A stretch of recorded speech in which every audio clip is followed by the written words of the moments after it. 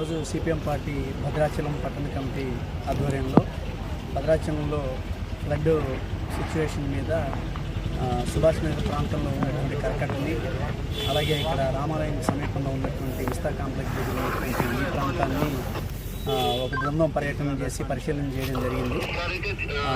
ప్రతి సంవత్సరం July August నెలలు అనగానే వరదలు వర్షాలు తీవ్రంగా రావటం, ఆ వరదలు వర్షాల కారణంగా భద్రాచలం లాంటి ప్రాంతం మునకు గురి కావటం, ఈ వరదల వర్షాలకి తోడు పోలవరం ప్రాజెక్టు నిర్మాణానికి సంబంధించిన బ్యాక్ వాటర్ దానికి తోడు కావటం, ఈ రకమైనటువంటి పరిస్థితి గత 4-5 సంవత్సరాలుగా కొనసాగుతూ వస్తుంది.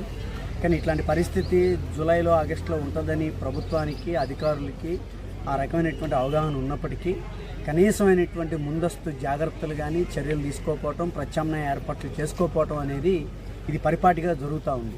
అంటే ఇది ప్రభుత్వం యొక్క నిర్లక్ష్యం అందామా, లేకపోతే అధికారుల యొక్క అసమర్థత అందామా అనేది అర్థం కాని పరిస్థితి కనబడతా ఉంది.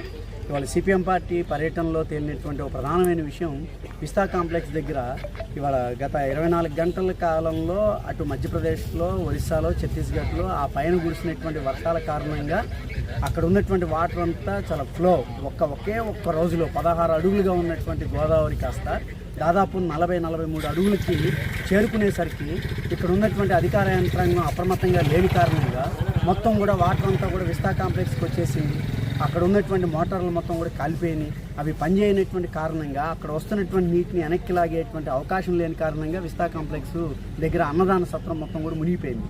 అంటే ఈ రకమైనటువంటి పరిస్థితి వస్తుంది అనేటువంటి ముందస్తు అంచనా కానీ, జాగ్రత్త కానీ, ఏర్పాట్లు కానీ అధికార యంత్రాంగం యొక్క వైఫల్యం దీంట్లో స్పష్టంగా కొట్టొచ్చినట్టు కనబడుతుంది.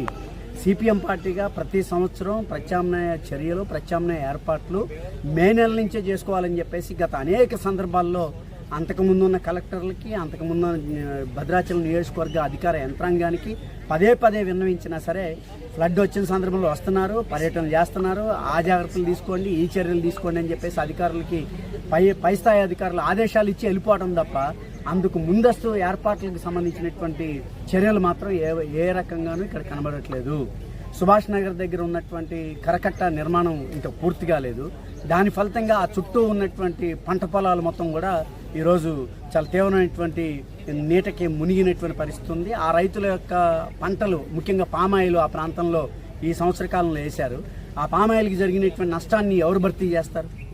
అందుకని ఈ రకమైనటువంటి ప్రమాదం రేపు పోలవరం బ్యాక్ వాటర్ ఎఫెక్ట్ కనుక ఇంకా పెద్ద ఎత్తున తోడైతే భద్రాచలం పరిస్థితి ఊహించడానికే ప్రమాదకరమని గత 10-15 సంవత్సరాల నుంచి సిపిఎం పార్టీ పెట్టినా సరే, చెప్తున్నా సరే పెడచవన పెడుతున్నటువంటి పరిస్థితి ఉంది. అందుకని వెంటనే అధికార యంత్రాంగం అప్రమత్తం కావాలి, ఈ ఉన్నటువంటి పరిస్థితిని అంచనా వేయాలి, ప్రత్యామ్నాయ ఏర్పాట్లు చేయాలి, విస్తృతమైనటువంటి స్థాయిలో సేవా కార్యక్రమాలు నిర్వహించేదానికి ప్రభుత్వం వైపు నుంచి సిద్ధం కావాలి.